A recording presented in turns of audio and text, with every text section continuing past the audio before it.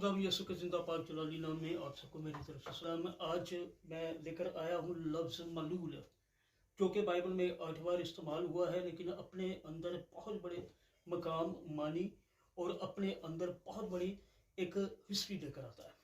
8 बार ये लफ्ज़ इस्तेमाल हुआ है, लेकिन अगर आपने अपनी जो वैल्यू है, अपनी कीमत है और आपके बारे में जो खुदा की राय है, उसकी जो नेचर है, फितरत है, उसको जानना है तो लफ्ज़ मलूल देखिएगा। इसका मतलब है रंजीदा, गमज़दा, वो जो हर्ट हुआ हो, द हर्टेड वन।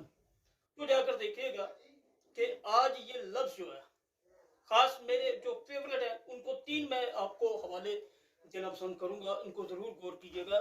पैदाइश 6:6 में कि खुदा इंसान को बनाने से मलूल हुआ, और फिर पैदाइश 7 में भी, 6:7 में भी उसने यही बात की, और कुज़ात में जब उसने फरिश्ता भेजा, और वो हवाला भी है 2 बाब और 18वीं आयत, उसमें खुदा जब इंसान को मार रहा था तब भी मलूल हुआ, और फिर ज़बूर 119 में और वर्ष जो है वो 158 में दगाबाजों से मलूल हुआ।